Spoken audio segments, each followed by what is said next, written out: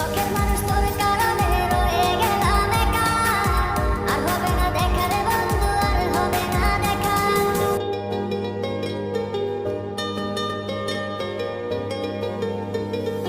অন্তরেতে কিসের জ্বালা বলিব যে কারে, শখের মানুষ আঘাতি